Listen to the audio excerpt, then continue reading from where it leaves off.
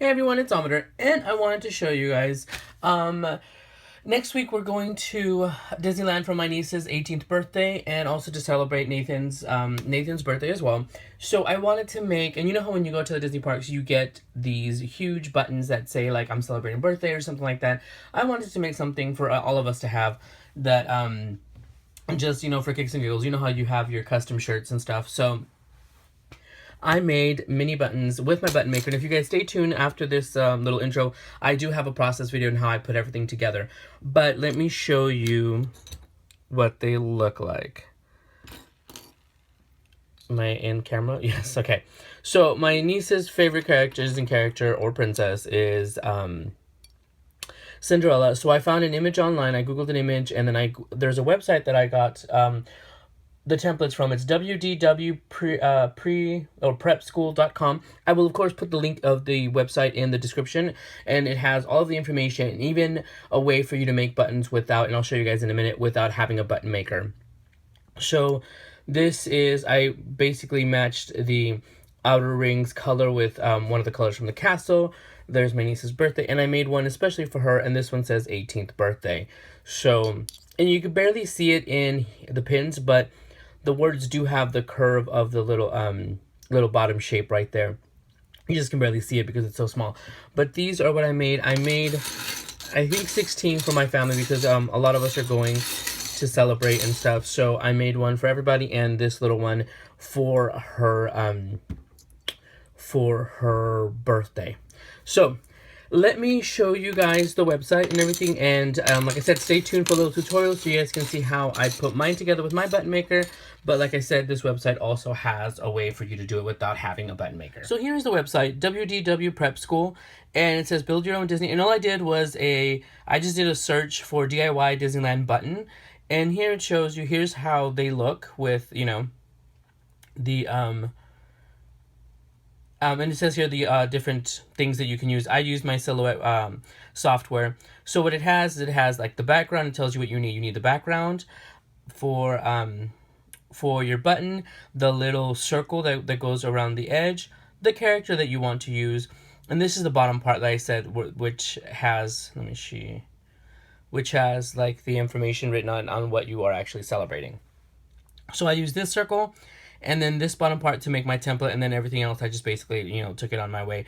But this is how you would build it in, like, you could use Word and everything to build this button. So, and like I said, you can use a button maker if you're fortunate enough to have one, but if you do not, there are these, and they're called reusable design a button. Now, I know that I've seen this in some of the larger craft stores, but you can't order them online, like through Amazon, Walmart, and whatever.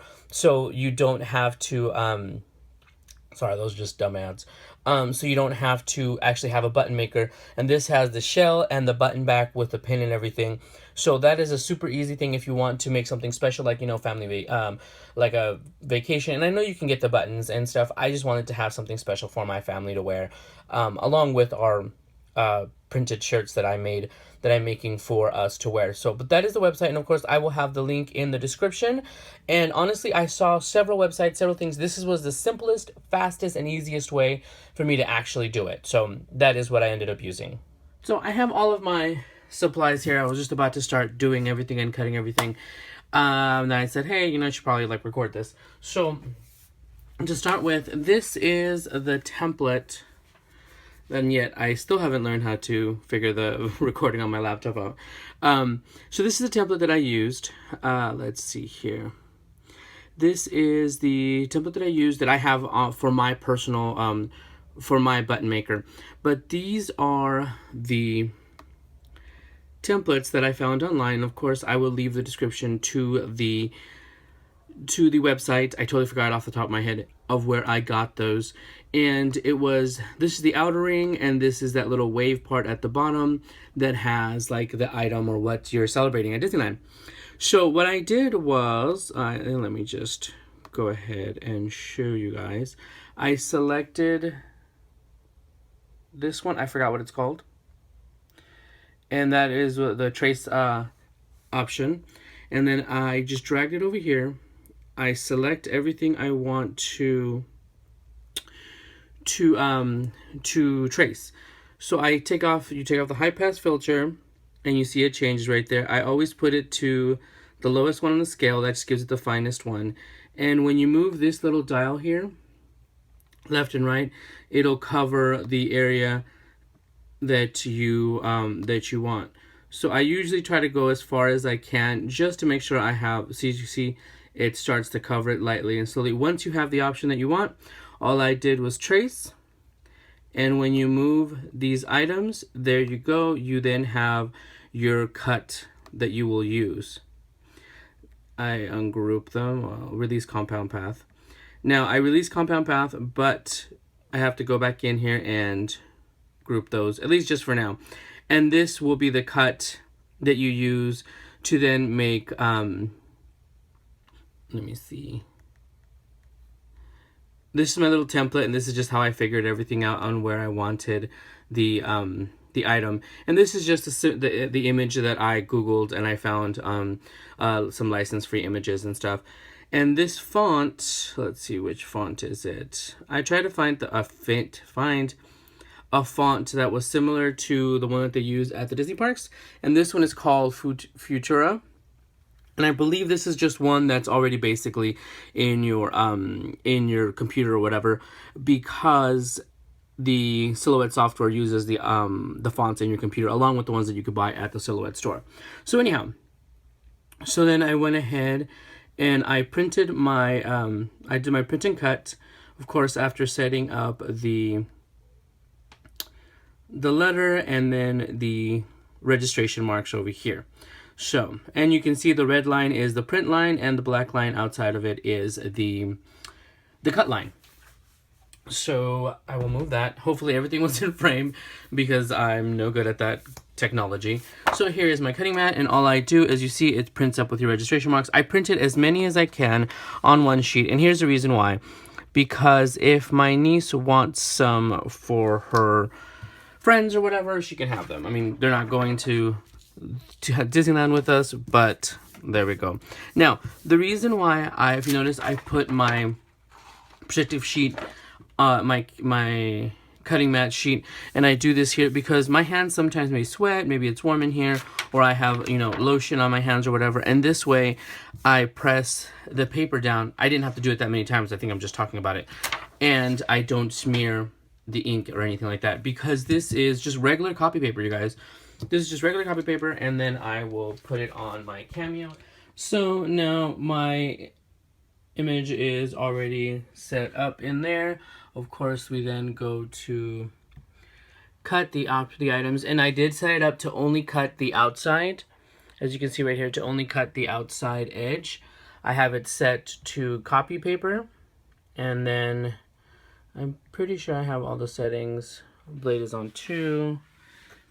This is some really basic, sad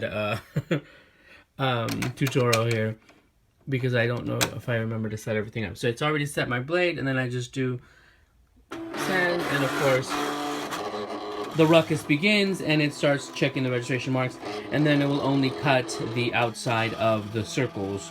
I won't make you guys listen to all of this because it is pretty loud, but I just wanted to see how basically I get this my images set up and start to cut my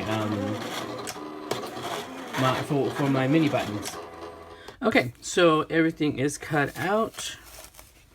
I will just remove this mess, and this is a newer cutting mat, so it's super sticky.